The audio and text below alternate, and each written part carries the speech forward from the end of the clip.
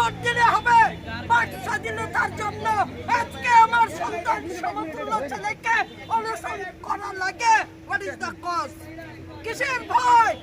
কেন এই ছেলে 100 ঘন্টা? আপনারা এখানে সন্তান সমতুল্য যারা ক্যামেরা ধরেছেন, আপনাদের জাগ্রত বিবেকের কাছে প্রশ্ন, আজকেই তাকে নমিনেশন দিতে, তাকে নিবন্ধন দিতে হবে। জন নিয়ে যখন এসেছি ওসুল করেই যাব, আর কোনো ওয়েট না। এরকম ছেলেদের মূল্যায়ন করতে হবে। এদের মূল্যায়ন না করলে এই দেশ দায়বদ্ধ থাকবে এদের কাছে।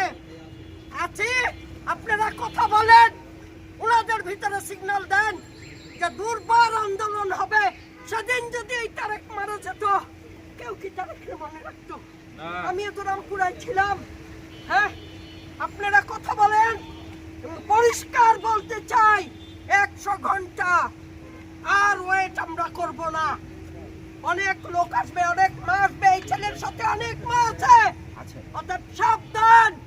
144 আমিও বলতে পারি, 100 ঘন্টা আন্না আন্না, এনাফ এন্ড এনাফ। আপনাদের ধন্যবাদ। আপনারা এই ছেলের জন্য কথা বলেন। আপনাদের জাগ্রত বিবেকের কাছে প্রশ্ন, হাসিনা হটাও আন্দোলনে যারা আমরা রাজপথে ছিলাম, আমাদের ত্যাগ প্রশংসার দাবি রাখে। তোদের কাউরে আমাদের প্রশংসা করা লাগবে না।